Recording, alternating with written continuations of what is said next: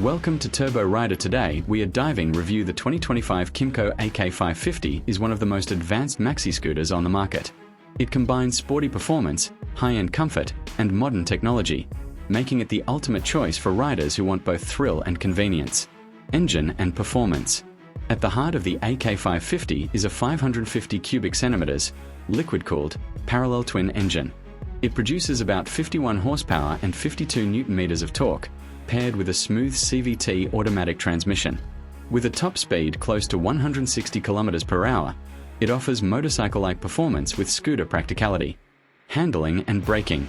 The lightweight chassis with near 50-50 balance and upside-down front forks gives excellent stability and control. Braking is handled by dual Brembo front discs and ABS, ensuring safe and confident stops in all conditions. Comfort and features. This scooter is built for rider comfort. You get an adjustable windscreen, heated grips, and dual riding modes. Full power for performance and rain mode for slippery conditions.